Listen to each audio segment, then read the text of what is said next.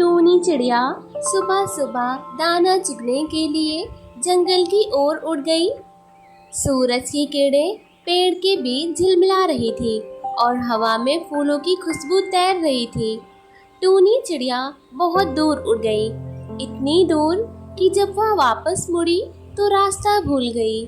चारों ओर पेड़ ही पेड़ और झाड़ियाँ थी, ना कोई रास्ता जाना पहचाना था और ना ही कोई दोस्त।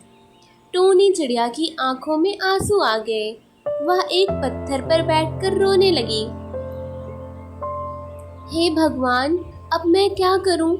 मैं तो रास्ता भूल गई। मेरे बच्चे भूखे होंगे। मैं तो उनके लिए अनाज लेने आई थी। अब मैं क्या करूं?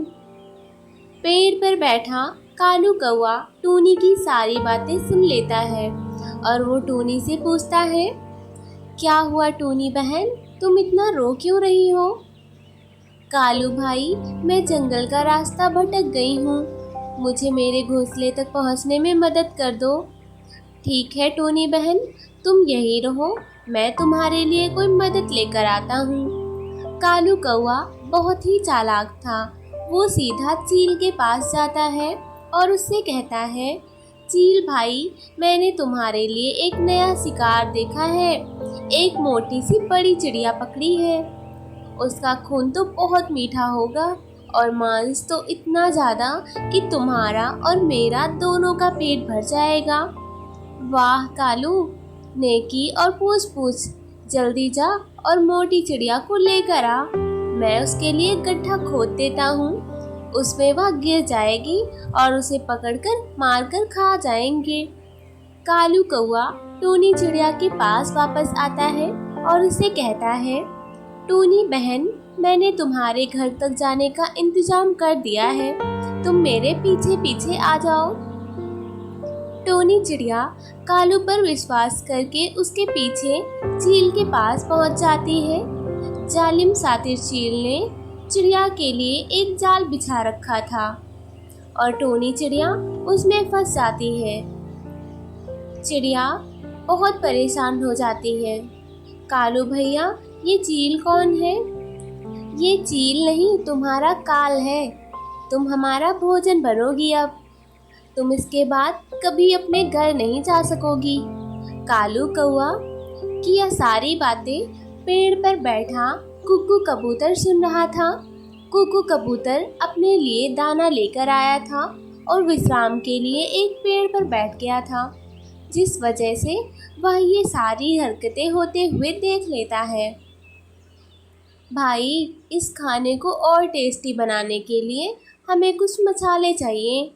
चलो हम जाकर मसाले लेकर आते हैं, तब तक इसे यहीं पड़ी रहने दो। कुक्कू कबूतर उन दोनों को जाते हुए देख लेता है और टूनी के पास आता है और उससे कहता है, टूनी बहन, घबराओ मत, मैंने सब कुछ देख लिया है। मैं अभी तुम्हारे लिए जाकर मदद लेकर आता हूँ। तुम बिल्कुल मत घबराना।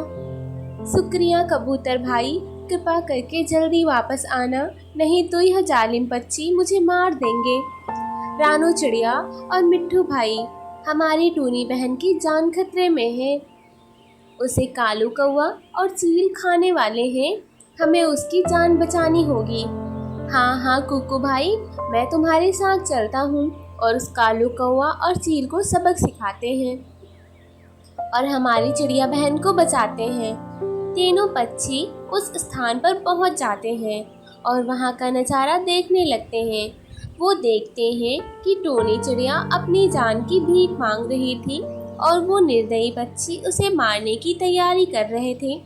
तभी कुक्कू कबूतर बोलता है, रुको रुको जालिम पक्षियों, अब तुम्हारी खैर नहीं। हमने तुम्हें चारों तरफ से घेर लिया है। यह देखकर डरपोक चील फटाफट वहाँ से भाग जाती है और कालू कौवा वहीं पर अकेला रह जाता है। कुक्कू कबूतर और बाकी पक्षी मिलकर कौवे को बहुत पीटते हैं और टूनी की जान बचाकर उसे उसके घर में पहुँचा देते हैं।